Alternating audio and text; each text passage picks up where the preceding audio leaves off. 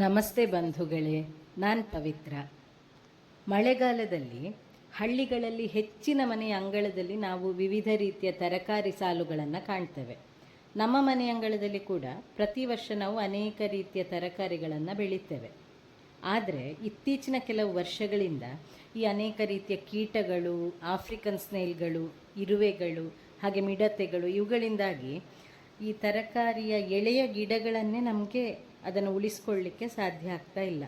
ಹಾಗಾಗಿ ಈ ರೀತಿಯ ಕೀಟಗಳಿಂದ ಈ ಎಳೆಯ ಗಿಡಗಳನ್ನು ಉಳಿಸ್ಕೊಳ್ಳೋ ಸಲುವಾಗಿ ನಾವು ಪೇಪರ್ ಲೋಟಗಳಲ್ಲಿ ತರಕಾರಿ ಬೀಜಗಳನ್ನು ಹಾಕಿ ಅದು ಮೊಳಕೆ ಒಡೆದು ಸ್ವಲ್ಪ ದೊಡ್ಡದಾದ ಬಳಿಕವೇ ಅದನ್ನು ಸಾಲು ಮಾಡಿ ನೆಡ್ತೇವೆ.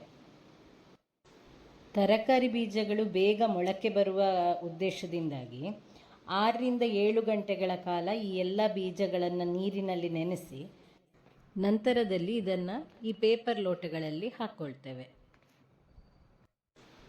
ಸುಡುಮಣ್ಣು, ಸಗಣಿ ಗೊಬ್ಬರ ಮತ್ತು ಕೆಂಪು ಮಣ್ಣನ್ನು ಸಮ ಪ್ರಮಾಣದಲ್ಲಿ ಮಿಶ್ರ ಮಾಡಿ ಈ ಲೋಟಗಳಲ್ಲಿ ತುಂಬಿಸಿಕೊಂಡು ಆ ಮಣ್ಣು ಒದ್ದೆ ಆಗುವಷ್ಟೇ ಸ್ವಲ್ಪ ನೀರನ್ನು ಹಾಕಿ ಪ್ರತಿ ಲೋಟದಲ್ಲಿ 2 ಬೀಜವನ್ನು ಹಾಕ್ಕೊಳ್ತೇವೆ.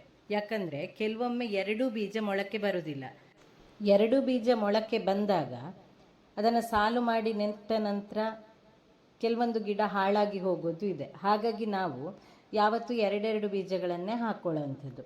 ಆದರೆ ಆ ಬೀಜ ಹಾಕುವಾಗ ಒಂದೇ ಲೋಟದಲ್ಲಿ ಸ್ವಲ್ಪ ಅಂತರವನ್ನು ಇಟ್ಕೊಳ್ತೇವೆ. ಇದು ನಾವು ಬೀಜ ಹಾಕಿ 10 ದಿನದ ನಂತರ ಗಿಡ ಹೀಗೆ ಬಂದಿರೋದನ್ನು ಕಾಣಬಹುದು.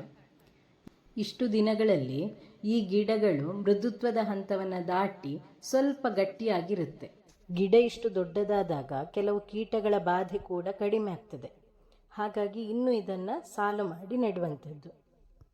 ಮಳೆಗಾಲದಲ್ಲಿ ತರಕಾರಿ ಸಾಲಿಗಾಗಿ ಹಾಕಿದ ಮಣ್ಣು ಸವೆದು ಹೋಗಬಾರ್ದು ಅನ್ನುವ ದೃಷ್ಟಿಯಿಂದ ಆ ಸಾಲಿನ 2 ಬದಿಗೆ ಹೀಗೆ ಅಡಿಕೆ ಸಿಪ್ಪೆಯನ್ನು ಹಾಕ್ಕೊಳ್ತೇವೆ. ಆಗ ಮಣ್ಣು ಸವೆದು ಹೋಗುವುದನ್ನು ನಾವು ತಡೆಗಟ್ಟಬಹುದು. ಈಗ ಈ ಪೇಪರ್ ಲೋಟದ ಕೆಳಭಾಗವನ್ನು ಸ್ವಲ್ಪ ಓಪನ್ ಮಾಡಿಕೊಳ್ಳೋಣ. ನೋಡಿ, ಇಲ್ಲಿ ಗಿಡದ ಬೇರೆಷ್ಟು ಸ್ಪಷ್ಟವಾಗಿ ಕಾಣ್ತಾ ಇದೆ ಅಲ್ವಾ?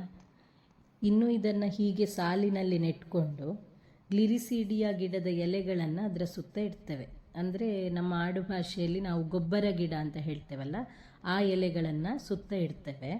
ಇದು ಜೋರಾದ ಮಳೆ ಬಂದಾಗ ಗಿಡಕ್ಕೆ ಹಾನಿಯಾಗದಂತೆ ಒಂದು ರಕ್ಷಣೆ ನೀಡ್ತದೆ. ಅಲ್ಲದೆ ಒಂದು 10 ದಿನದ ಬಳಿಕ, ಅಂದರೆ ಈ ನೆಟ್ಟ ಗಿಡಗಳು ಸ್ವಲ್ಪ ದೊಡ್ಡ ಆಗ್ತಾ ಇದ್ದ ಹಾಗೆ ಈ ಎಲೆಗಳೇ ಇದಕ್ಕೆ ಗೊಬ್ಬರ ಕೂಡ ಆಗ್ತದೆ. ಮೊಳಕೆಯೊಡೆದ ತರಕಾರಿ ಬೀಜಗಳು ಹಾಗೆ ಈ ಎಳೆಯ ಗಿಡಗಳನ್ನು ಎಲ್ಲ ರೀತಿಯ ಕೀಟಗಳಿಂದ ರಕ್ಷಿಸಿಕೊಳ್ಳೋದಕ್ಕೋಸ್ಕರ ನಾವು ಈ ಒಂದು ವಿಧಾನವನ್ನು ಅನುಸರಿಸ್ತಾ ಇದ್ದೇವೆ. ಇದಲ್ಲದೆ ನೀವು ಯಾವುದಾದ್ರೂ ಹೊಸ ವಿಧಾನವನ್ನು ಕಂಡುಕೊಂಡಿದ್ದರೆ ನೀವು ಹೇಗೆ ಗಿಡಗಳನ್ನು ಈ ಕೀಟಗಳಿಂದ ರಕ್ಷಿಸ್ಕೊಳ್ತೀರಿ ಅನ್ನೋದನ್ನು ಕಮೆಂಟ್ ಮೂಲಕ ತಿಳಿಸಿ. ಧನ್ಯವಾದಗಳು.